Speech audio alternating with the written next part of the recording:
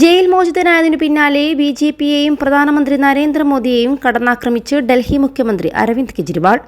എഎപിയുടെ 4 നേതാക്കളെ ജയിലിൽ അടച്ചാൽ പാർട്ടി തകർന്നു പോകുമെന്നാണ് മോദി കരുതുന്നത്. അതിനായി മോദി ചെയ്യാൻ പറ്റുന്നതെല്ലാം ചെയ്യുന്നു. എന്നാൽ എത്ര തകർക്കാൻ ശ്രമിച്ചാലും കരുത്തോടെ തിരിച്ചുവരുന്ന പാർട്ടിയാണ് എഎപി എന്ന് മനസ്സിലാക്കണമെന്ന് അദ്ദേഹം പറഞ്ഞു. റോസ് അവന്യൂവിലെ പാർട്ടി ആസ്ഥാനത്ത് പ്രവർത്തകരെ അഭിസംബോധന ചെയ്ത് സംസാരിക്കുകയായിരുന്നു അദ്ദേഹം. രാജ്യത്തെ എല്ലാ അഴിമതിക്കാരെയും കൂടെ കൂട്ടി അഴിമതിക്കെതിരായ പോരാട്ടം നടത്തുകയാണെന്ന് വീമ്പ് പറയുകയാണ് ബിജെപി എന്ന് അദ്ദേഹം വിമർശിച്ചു. ജനങ്ങളെ വിഡ്ഢികളാക്കരുത്. കൊച്ചുകുട്ടികൾക്ക് പോലും കാര്യങ്ങളെല്ലാം അറിയാം. സ്വന്തം മന്ത്രിസഭയിലെ അംഗത്തെ അഴിമതിയുടെ പേരിൽ ജയിലിൽ അടച്ചവനാണ് ഞാൻ. അതിനാൽ അഴിമതിക്കെതിരായ പോരാട്ടം നരേന്ദ്രമോദി പഠിക്കേണ്ടത് എന്നിൽ നിന്നാണ്. ഒരു രാജ്യം ഒരു നേതാവ് എന്ന ഭാവമാണ് പ്രധാനമന്ത്രിക്ക്. ഒരുപാട് പേരെ ജയിലിലാക്കിയ മോദി ഇപ്പോൾ കേരള മുഖ്യമന്ത്രിയുടെ പിന്നാലെയാണ്. മോദി വീണ്ടും ജയിച്ചാൽ പിണറായി വിജയൻ ഉൾപ്പെടെയുള്ള പ്രതിപക്ഷ നേതാക്കളെ ജയിലിലടക്കും, കെജ്രിവാൾ വ്യക്തമാക്കി.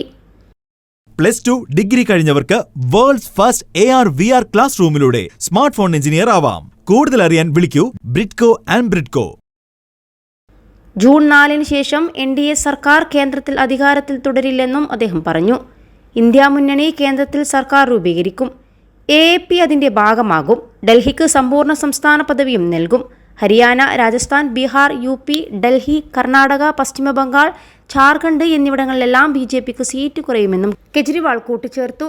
ജയിൽ മോചിതനായതിനു ശേഷം ശനിയാഴ്ച രാവിലെ കൊണോട്ട് പ്ലേസിലെ ഹനുമാൻ ക്ഷേത്രത്തിലാണ് കെജ്രിവാൾ ആദ്യമെത്തിയത്.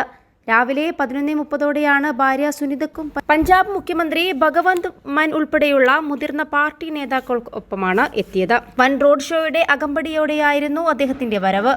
സന്ദർശനം കണക്കിലെടുത്ത് കനത്ത സുരക്ഷയാണ് ക്ഷേത്ര പരിസരത്ത് ഒരുക്കിയിരുന്നത്. പോലീസിനു പുറമെ CRPFന്റെയും ദ്രുത കർമ്മസേനയുടെയും വലിയ സംഘം ഇവിടെ നിലയുറപ്പിച്ചിരുന്നു. മദ്യനയക്കേസിലെ 1.5 മാസത്തിലേറെയായി ജുഡീഷ്യൽ കസ്റ്റഡിയിലുള്ള കെജ്രിവാളിന് വെള്ളിയാഴ്ചയാണ് സുപ്രീംകോടതി ഇടക്കാല ജാമ്യം അനുവദിച്ചത്.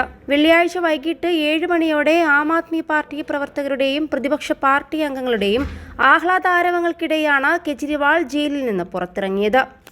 21 ലക്ഷത്തോളം സന്തുഷ്ടരായ ഉപഭോക്താക്കളും 2 ലക്ഷത്തോളം തിമിര ശസ്ത്രക്രിയകളും പൂർത്തിയാക്കിയ മലബാറിലെ ഏക കണ്ണാശുപത്രി അൽ സലാമ ഹൈ ഹോസ്പിറ്റൽ റോഡ്, പെരിന്തൽമണ്ണ.